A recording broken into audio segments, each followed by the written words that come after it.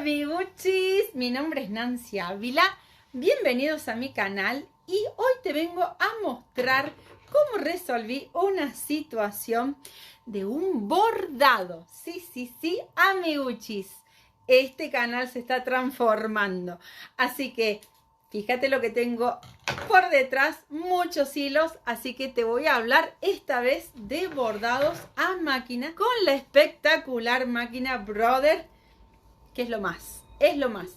Como hace muchos años que las tengo y ahora estoy representando a Espacio Casa Vargas, te voy a mostrar cómo queda un bordado que tuve que resolver. Bueno, como te decía, me pidieron que hiciera un festón alrededor de una estampa que en principio era blanca. Entonces le tuve que hacer todo este festoneado así.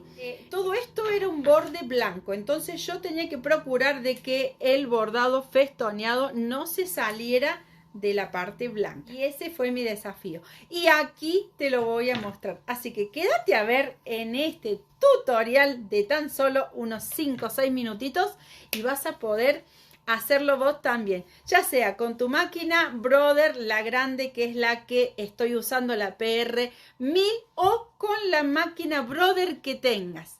Esto lo vas a poder hacer, así que quédate a verlo, amiguchis.